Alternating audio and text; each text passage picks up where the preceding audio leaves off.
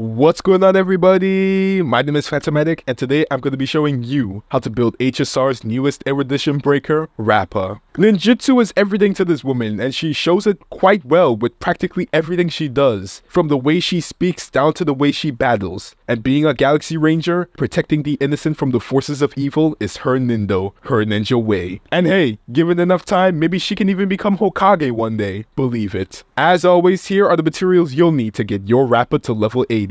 Anyways, make sure to subscribe to the channel, and let's get to building.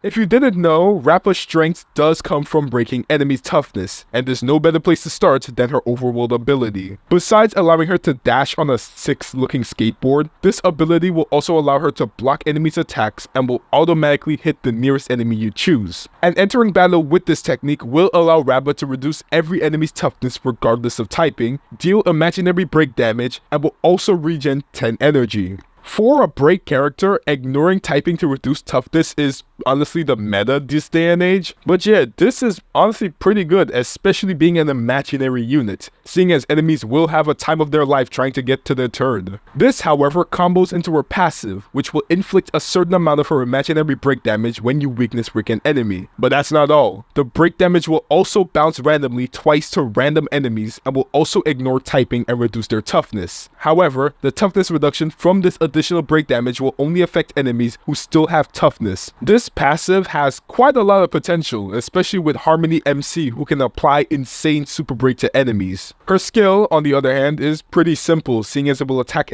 every enemy on the field. Her ultimate, however, is quite unique, unlike its lame family member named Skill. Her ultimate will not only enhance her basic attack, but will also increase her weakness break efficiency and her actual break effect. Her ultimate also gives us a sneak peek at how Honkai Star Rail will look in VR, and that's probably coming 2030, just watch out. With a first-person mode. This mode is called Seal Form, and she'll be in this form until 3 points of her Chroma Link is depleted. And while Seal Form is active, she won't be able to use her skill or ultimate. Her ultimate, by far, is the most unique I've ever seen from this game. And yes, I've said that already with Akron and Phasia, but whatever, shut up. And although her ultimate doesn't necessarily do anything unique, just using it in combo with characters like Harmony MC and Ron May should hopefully grant you the same level of satisfaction. Her Ascension 2 will allow her to gain 1 charge and regen 10 energy when she weakness breaks an elite enemy or stronger. Her Ascension 4 will convert her enhanced basic attacks damage into 1 instance of super break damage when she attacks weakness broken enemies. And lastly, her Ascension 6 will allow enemies to take 2% or more break damage when Rappa weakness breaks them, and will increase this percent when her attack exceeds 2,400 up to a max of 8%.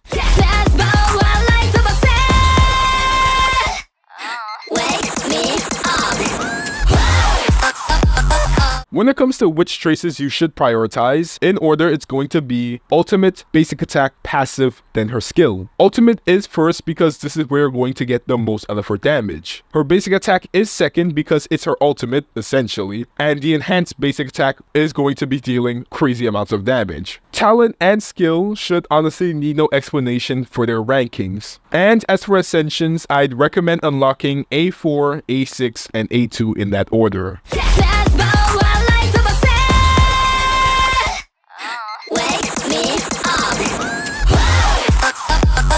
Rappa's best relic set is going to be the 4-piece Iron Cavalry set, which will increase her break effect by 16% and will allow Rappa to ignore 10% of the enemy's defenses when dealing break damage. However, she must have 150% break effect damage or higher, which shouldn't be impossible in battle. It's pretty obvious as to why this is her best option. The increase in break effect and defense neg ensures that she'll be dealing crazy amounts of damage. However, you can use her second best option, being the Thief of Shooting Meteor set, which will also increase her break effect by 16% and will further increase it by another 16% and will allow her to regenerate 3 energy when she weakness breaks an enemy. This is her second best due to the 32% increase to her break effect, and while it does regen her energy, energy, it is only by 3. While it is recommended to go for her first best relic set, there's honestly no harm in keeping this relic on her. There's also the 2-piece Wild Wheat set, which can be comboed with any of the relic sets that increases break effect. This also goes for the 2-piece Wastelander set and 2-piece Messenger set, which can either be comboed with the Wild Wheat set or any of the sets that increases break effect. However, I would recommend choosing the break effect ones instead of the Wild Wheat. As for Planar Orbs, Talia, Kingdom of Vanity is her best option since it'll increase her break effect by 60% and will increase it by another 20% if her speed is 145 or higher. Forge of the Kalpadni Lantern is her second best option since it'll increase her speed and will increase her break effect by 40% for 1 turn when she attacks an enemy with fire weakness. Firmament Frontline Glamout is her third best, since it will increase her attack by 12% and will further increase it by either 12 or 18% if her speed is either 135 or 160 respectively. And Space Sailing Station is her last option, since it will increase her attack by 12% and will increase it by another 12% when she has 120 speed or higher. As for main stats on your relics, I'd recommend going for attack on your body, speed or attack on your feet, attack on your spear, and break effect on your rope. As for the substats, I'd recommend break effect, attack percent, speed, and flat attack.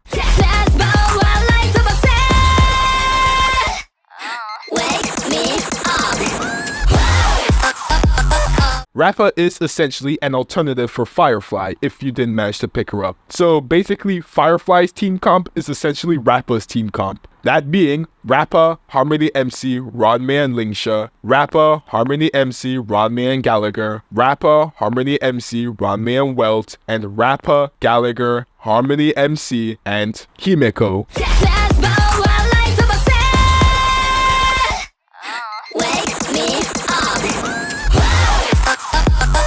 Rappa's signature 5-star Lightcone Ninjutsu Inscription Dazzling Evil Breaker is her best option, since it'll increase her break effect when entering battle and will also immediately regen 30 energy and will gain the effect Raiten when she uses her ultimate, which will advance her actions by 50% after using 2 basic attacks. The 5-star Lightcone Knight on the Milky Way is her second best option, since it'll increase her attack for every enemy on the field and will increase the damage dealt by Rappa for 1 turn when she weakness breaks an enemy. Eternal Calculus is her final 5-star option, since it'll increase her attack and for each enemy hit, her attack will stack up to 5 times. It will also increase her speed when she hits 3 or more enemies. After the Charmony Falls is her best 4-star option, since it will increase her break effect and will increase her speed when she uses her ultimate. The Seriousness of Breakfast is her second and last 4-star option, since it will increase her damage and will increase her attack that can be stacked 3 times for every enemy she defeats. And the 3-star Lightcone, Saga City, is her only 3-star option.